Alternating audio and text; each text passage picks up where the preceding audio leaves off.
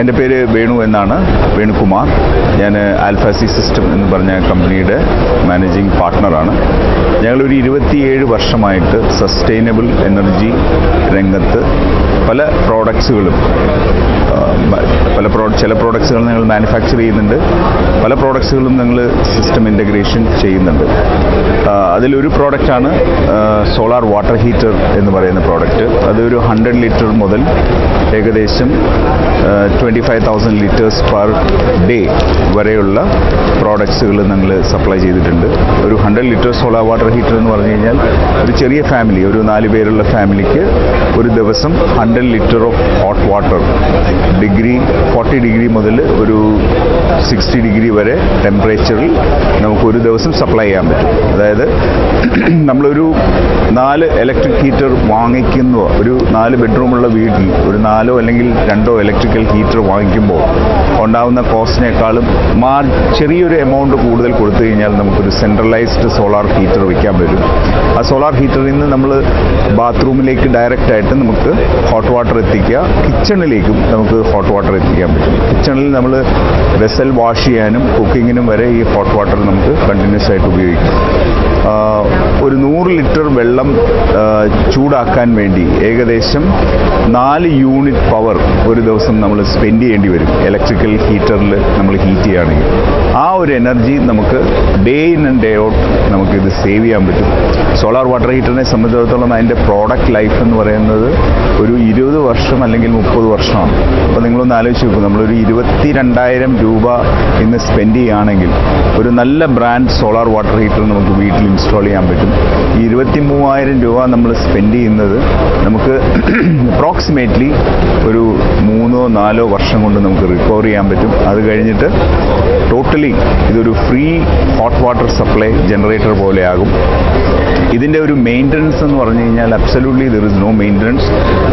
ഇതിൻ്റെ metal parts ഒക്കെ വെച്ചേക്കുന്നത് ഒന്നുകിൽ SS-ലോ അല്ലെങ്കിൽ പൗഡർ കോട്ട് സ്റ്റീലിലോ ആണ്. അതൊക്കെ നിങ്ങൾ ഇടയ്ക്കിടയ്ക്ക് വീടിന് പെയിൻറ്റ് ചെയ്യുന്ന സമയത്ത് ഒന്ന് പെയിൻറ്റ് ചെയ്ത് കൊടുത്താൽ മതി. പിന്നെ ഇതിൻ്റെ ഹീറ്റിംഗ് എലിമെൻ്റ് എന്ന് പറയുന്നത് ഗ്ലാസ് കൊണ്ടുള്ള ഹീറ്റിംഗ് എലിമെൻ്റ് ആണ്. അതിപ്പോൾ ഒരെണ്ണം പൊട്ടിപ്പോയാൽ പോലും നമുക്ക് റീപ്ലേസ് ചെയ്യാൻ പറ്റും. അതിൻ്റെ റീപ്ലേസ്മെൻറ്റ് കോസ്റ്റ് ഒക്കെ വളരെ കുറവായിരിക്കും.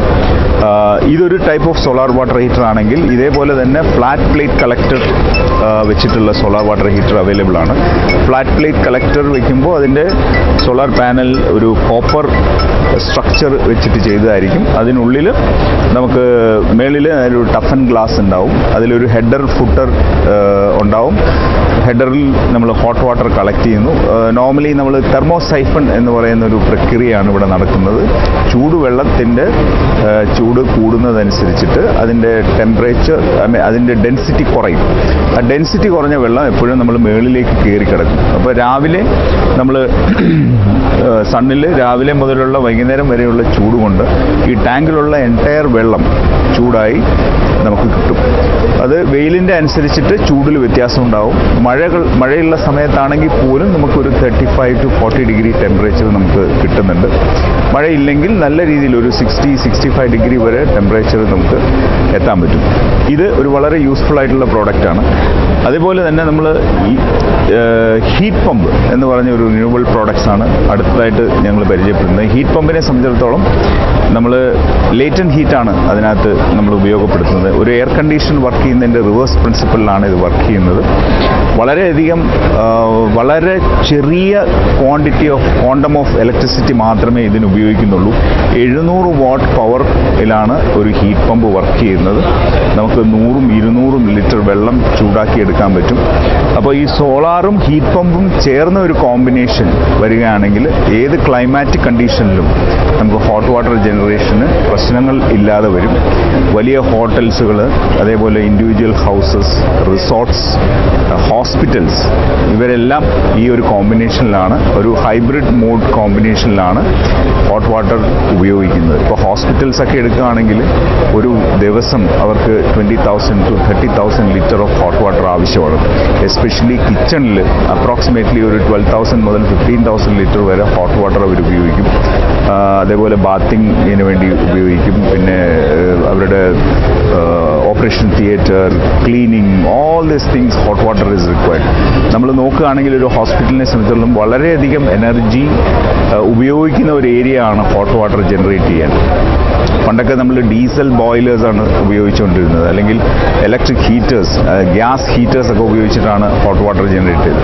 അതിലൊക്കെ ഒത്തിരിയധികം പൊല്യൂഷനും സെൻസിറ്റിവിറ്റി ആയിട്ടുള്ള കാര്യങ്ങളുണ്ട്. അതുപോലെ തന്നെ ഗ്യാസ് ഉപയോഗിക്കുമ്പോൾ സേഫ്റ്റിയുടെ ഇഷ്യൂ ഉണ്ടാവാം. പക്ഷേ ഇതിൽ solar combine with heat pump എന്ന് പറയുന്നത് വളരെയധികം കൺവീനിയൻ്റ് ആയിട്ടുള്ളതാണ്. ഞങ്ങൾ ചെയ്ത പ്രോജക്റ്റുകൾ എന്ന് പറയുകയാണെങ്കിൽ കിംസ് ഹോസ്പിറ്റലിൽ നമ്മൾ പുതിയ കിംസ് ഹോസ്പിറ്റലിൻ്റെ ബിൽഡിംഗ് ട്രിവാൻഡ്രത്ത് നമ്മൾ ഏകദേശം 2000 ലിറ്ററിൻ്റെ ടാങ്കുകളും ഏകദേശം 50-ൽ പരം സോളാർ പാനലുകളും 20 കിലോ വാട്ടിൻ്റെ ഹീറ്റ് പമ്പുമാണ് വെച്ചിരിക്കുന്നത്. അതൊരു കംപ്ലീറ്റ്ലി പ്രോഗ്രാമബിൾ കൺട്രോൾ ലോജിക് വെച്ചിട്ട് കൺട്രോൾ ചെയ്തതാണ്.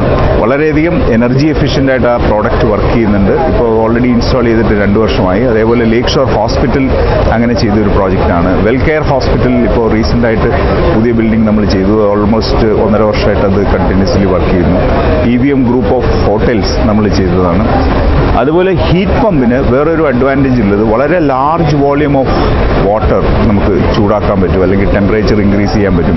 യൂഷ്വലി നമുക്കറിയാം നമ്മുടെ സ്വിമ്മിംഗ് പൂളുകൾ, നമുക്ക് പലപ്പോഴും സ്വിമ്മിംഗ് പൂളുകൾ ഉപയോഗിക്കാൻ പറ്റാത്തത് വെള്ളത്തിൻ്റെ തണുപ്പ് കാരണമാണ്. ഈ ഹീറ്റ് പമ്പ് വെച്ചിട്ട് നമുക്ക് സ്വിമ്മിംഗ് പൂളിൻ്റെ ടെമ്പറേച്ചർ ആംബിയൻ ടെമ്പറേച്ചറിലേക്ക് എത്തിക്കാൻ പറ്റും. യൂഷ്വലി എന്താ സംഭവിക്കുന്നത്, നമ്മൾ ആംബിയൻ ടെമ്പറേച്ചർ ഒരു 25 to 30 ഡിഗ്രി ആണെങ്കിൽ കോൾഡ് വാട്ടർ സ്വിമ്മിംഗ് പൂളിലെ വെള്ളത്തിൻ്റെ ടെമ്പറേച്ചർ ചിലപ്പോൾ 21 ഡിഗ്രി ആയിരിക്കും. അപ്പോൾ നമുക്ക് വെള്ളത്തിലേക്ക് ഇറങ്ങുമ്പോൾ നമുക്കൊരു ജിറ്റർ ഫീലിംഗ് ഉണ്ടാവും, കംഫർട്ടബിൾ ആവില്ല. അപ്പോൾ നമ്മളൊരു ഹീറ്റ് പമ്പ് വെച്ചിട്ട് അത് ഹീറ്റ് ചെയ്ത് കഴിഞ്ഞ് കഴിഞ്ഞാൽ വളരെ കുറച്ച് ക്വാണ്ടിറ്റി ഓഫ് എനർജി മാത്രമേ അതിൽ ഉപയോഗിക്കുന്നുള്ളൂ. നമ്മളങ്ങനെ പല സ്വിമ്മിംഗ് പൂൾസും നമ്മൾ ഹീറ്റ് ചെയ്തിട്ടുണ്ട്. മനോരമ ഗ്രൂപ്പിൻ്റെ one of the directors house we have done it in Thevara, and Seematti's residence we have done it in Ernakulam. Many resorts we have done heat pump for swimming pool. അപ്പോൾ അങ്ങനെ ഒരു റിന്യൂവബിൾ എനർജി എവിടെയൊക്കെ ഉപയോഗിക്കാൻ പറ്റുമോ, എവിടെയൊക്കെയാണ് energy ഇൻറ്റൻസീവായിട്ടുള്ള area, അങ്ങനെയുള്ള ഇൻറ്റൻസീവായിട്ടുള്ള ഏരിയാസുകളിൽ ഉപയോഗിക്കാൻ പറ്റുന്ന പ്രോഡക്ട്സാണ് നമ്മൾ ഐഡൻറ്റിഫൈ ചെയ്ത് ഉപയോഗിക്കുന്നത്. പിന്നെ വന്നു കഴിഞ്ഞാൽ നമ്മൾ ഓൺ ഗ്രിഡ് പ്രോജക്റ്റാണ് നമ്മൾ കൂടുതൽ ചെയ്യുന്നത്. ഓൺ ഗ്രിഡ് പ്രോജക്റ്റുകളിൽ നമുക്ക് എല്ലാവർക്കും അറിയാം KSEBിയുടെ സബ്സിഡി പ്രോഗ്രാം ഇപ്പം റൺ ചെയ്യുന്നുണ്ട്. KSEBിയുടെ സബ്സിഡി പ്രോഗ്രാമിനെ പോലെ തന്നെ നമുക്ക് MNREയുടെ ഒരു സബ്സിഡി പ്രോഗ്രാം നടക്കുന്നുണ്ട്. കഴിഞ്ഞ 2 വർഷമായിട്ട് ഈ സബ്സിഡി പ്രോഗ്രാം വളരെയധികം സോളാർ ഇൻഡസ്ട്രീനെ ഹെൽപ്പ് ചെയ്തു. ഓൺ ഗ്രിഡ് സിസ്റ്റത്തിനെ വളരെയധികം ജനകീയമാക്കാൻ ഈ ഒരു സബ്സിഡി പ്രോഗ്രാമിലൂടെ സാധിച്ചു.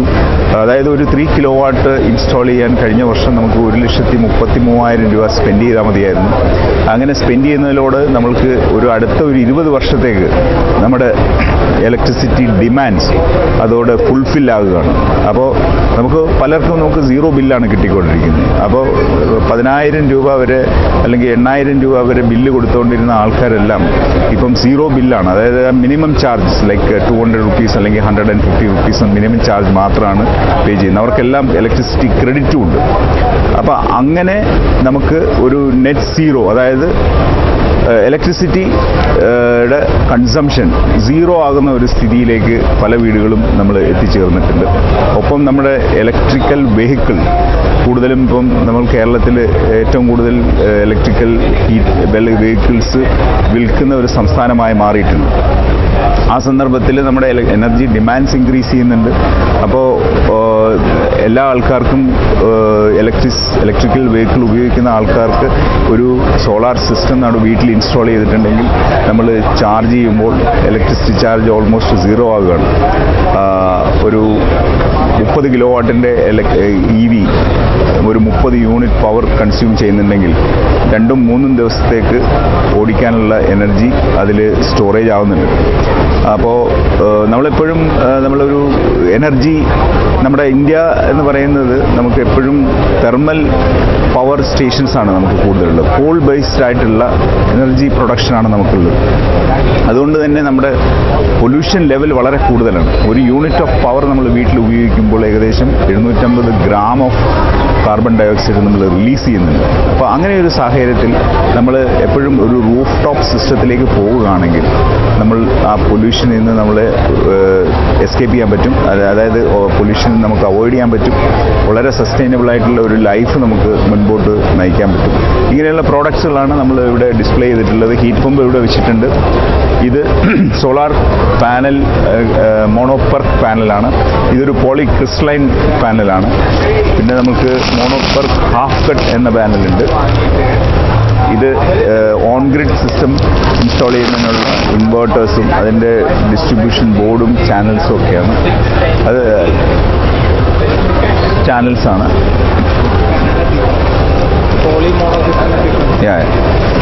ഇതൊരു പോളിക്രിസ്റ്റലൈൻ പാനലാണ്. ഈ പോളിക്രിസ്റ്റലൈൻ പാനലിൽ കഴിഞ്ഞ വർഷങ്ങളിൽ നമ്മൾ KSEBയുടെ സ്കീമിൽ പോളിക്രിസ്റ്റലൈൻ പാനലായിരുന്നു കൊടുത്തുകൊണ്ടിരുന്നത്.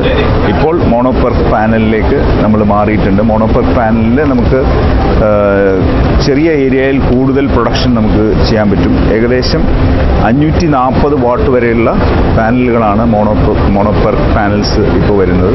അതായത് ഒരു 2.2 സ്ക്വയർ മീറ്റേഴ്സ് ഏരിയയിൽ നമുക്ക് 540 വാട്ട് പ്രൊഡക്ഷൻ നമുക്ക് കിട്ടുന്നുണ്ട്. വേറെ ഇതൊരു 2 സ്ക്വയർ മീറ്റേഴ്സ് പാനലാണ്. ഇതിൽ നമുക്കൊരു 335 വാട്ട് പവർ മാത്രമേ ഇത് പ്രൊഡ്യൂസ് ചെയ്യാൻ പറ്റുന്നുള്ളൂ.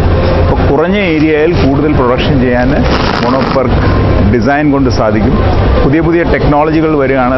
മോണോപെർക്ക് പാനൽസ് വന്നു കഴിഞ്ഞു. മോണോപെർക്ക് ഹാഫ് കട്ട് ബൈഫേഷ്യൽ പാനലുകൾ വന്നു കഴിഞ്ഞു. വൈറ്റ് പ്രതലത്തിൽ കുറച്ച് പാനൽസ് ഒരു 1.5 മീറ്റർ ഹൈറ്റിലൊക്കെ വയ്ക്കുന്ന ഒരു റൂഫ് ടോപ്പിൻ്റെ ഇൻസ്റ്റലേഷൻസിൽ നമുക്ക് ബൈഫേഷ്യൽ പാനൽ ഉപയോഗിക്കാം. ബൈഫേഷ്യൽ പാനൽ ഏകദേശം 5 to 10% വരെ പ്രൊഡക്ഷൻ കൂടുതൽ കിട്ടുന്നുണ്ട്. ഇതൊക്കെയാണ് പുതിയ ടെക്നോളജി വരുന്നത്. പിന്നെ N-type panels which is again coming up. പുതിയ ടെക്നോളജികൾ വന്നുകൊണ്ടിരിക്കുകയാണ്. സോളാർ ഫോട്ടോവോൾട്ടായിക് രംഗത്ത് ഏറ്റവും കൂടുതൽ എനർജി എഫിഷ്യൻ്റ് ആയിട്ട് പാനൽ മാനുഫാക്ചറിങ് നടന്നു കഴിഞ്ഞു. ഇതൊക്കെയാണ് നമ്മളുടെ ഒരു പ്രോഡക്റ്റ് റേഞ്ച്. നമ്മൾ ഏകദേശം 27 വർഷമായിട്ട് ഈ ഫീൽഡിലുണ്ട്. 10,000-ൽ പരം ക്ലയൻസ് നമുക്ക് ഈ ഏരിയയിലുണ്ട്.